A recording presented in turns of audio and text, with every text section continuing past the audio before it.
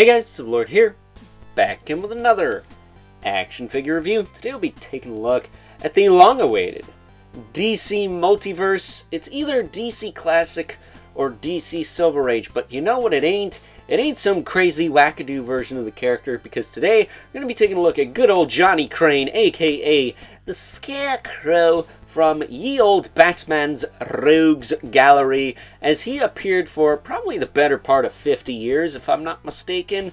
That said, this of course is brought to us by the fine folks over at McFarlane Toys, and if you haven't guessed it already, is most likely my favorite DC Multiverse figure of the year, because as a boy, a wee lad, Lil Overlord, if you will, Scarecrow was always my favorite Batman villain. I just thought the concept of using fear to screw with a son of a bitch was a cool concept. And well, this figure is my mind's eye view of this character, unless it's some dark, twisted, sick, monstrous reimagining of him, which, not for nothing, I do like those, but sometimes it's good to go back to basics. And boy, oh boy, is this guy a basic bitch. So, with that being said, why don't we cut right to the chase and get into the meat and taters of this review and take a look-see at all the Scarecrow to offer in terms of accessories, starting off with a collectible trading card, as you do. There's a bio on the back. His name is Johnny Crane. Uses fear to screw with tons of bitches. There you go. That said, he does come with a sickle. Not a scythe, it's a sickle. And it does have some blood stains on it, so clearly he's been hacking somebody up. It's pretty gnarly. Do wish he had a scythe. I mean, Scarecrow to me always has a scythe. I've never seen him with one of these, but it is a gardening tool, so I guess it's better than nothing. Then we do get this little skull, which his fear toxin does come out of. So that is all you get, but, you know, for a basic release, it's not terrible. Sometimes you don't even get that. But, of course, we have the hockey puck display stand we're used to seeing with all McFarlane Toys releases. And a rather jacked Scarecrow, to say the least. While he's not all, you know, tweaked out or anything, he is pretty buff. Like, he's got a pretty large chest, but I like that. He's definitely stuffed. That's for sure. But as far as articulation on this guy goes, his head will rotate side to side. He'll look up and down. He will tilt side to side. I thought this guy was supposed to have hair. He doesn't have any hair whatsoever. Like, there is no spot for hair. It is just a regular burlap sack head, and, well, not for nothing, I'm okay with that. Shoulders will pop out to the side, back down, the rotate all the way around. He's got the beautiful butterfly, or rotator cap, if you will, that will shift back and forth, up and down, all that good stuff. He's got a bicep swivel. He's got a double jointed elbow.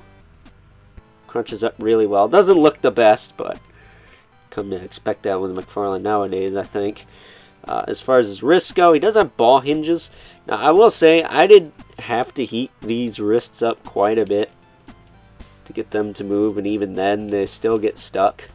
So be mindful of that. They do turn, but you can hear that creaky, squeaky sound. But they do turn, and these cuffs are like separate pieces. You can heat them up and pop them off and whatever, and do what you will with those. Torso will crunch this far forward, this far back, without using that. This far back. His waist will crunch even further back, so you can really get him to look up. As far as leaning forward goes, not crazy. And I will say, it is not the tightest thing, but it actually locks back up, so that's nice.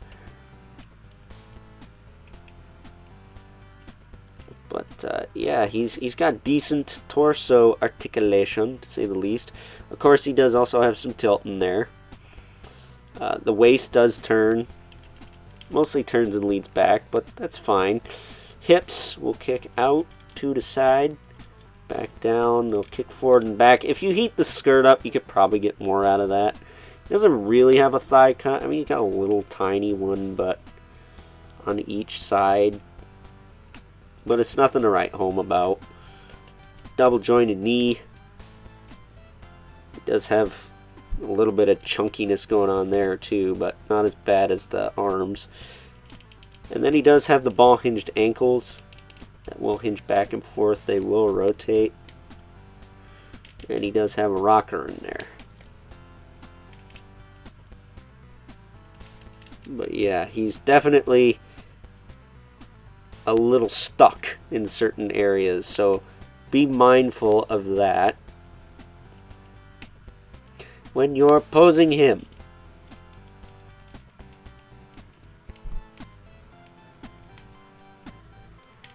Yeah, definitely tight. And he's got some pretty tight toe joints to boot. I don't think this foot's as bad with the rotation. I had to heat up the ankles too, if you couldn't tell. This one's not as bad. It moves okay. It's probably just because it's colder than a witch's tit in a brass bra where I live in upstate New York, and that's why he's all sticky, clicky, icky goo-goo with the joints. Whatever the hell that means, but I don't know, it's a badass figure, man. I'm very happy to have him. I know he's kind of hard to get, and that's why you pre-order these things, unfortunately. Can't rely on the stores no more. Nope, nope, nope. So, popping this in, which can be easier said than done sometimes. Especially since his hand is pretty darn rigid. There we go.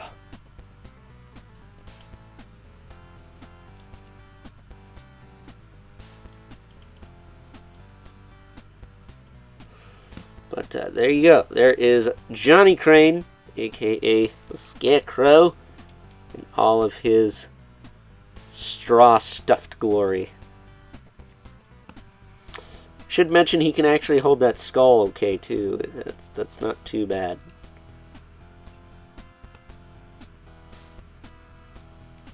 Let me just get you a close-up look at that face before I move on here. Can you see that? That's the stuff of nightmares, dude. And he's not wearing a gas mask, so like I said, sometimes going back to basics, it pays off.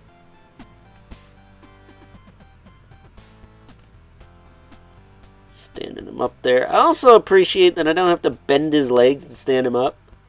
Anyone notice that either? But, yeah, at any rate, I think if I can get him centered here. Jeez. I think at any rate, it's time now that we move right along. Take a look at some size comparisons.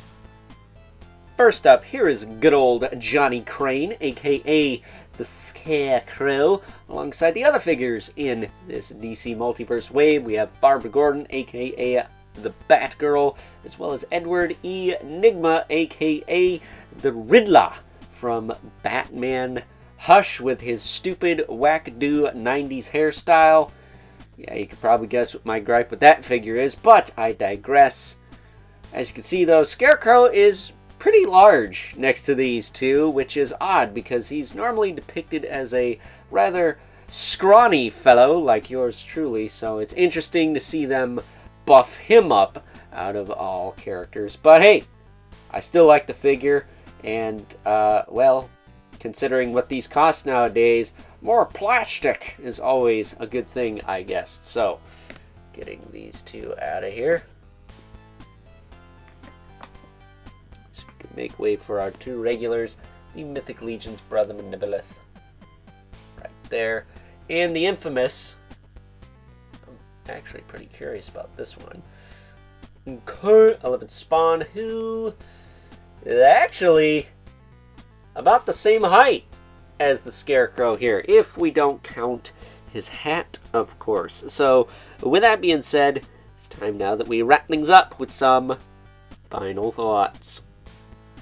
Overall, and in case you haven't figured it out by now, good old Johnny Crane, aka the Scarecrow, here is by far my favorite DC Multiverse figure from the fine folks over at McFarlane Toys, to be released in the calendar year 2025, and I am more than certain that he will show up in my top 13 favorite action figures overall, not to be redundant, video for, once again, the calendar year 2025, because he's always been my favorite Batman villain since I was a wee lad, and this time he is my favorite DC Multiverse figure. So, with that being said, hope you guys enjoyed this review.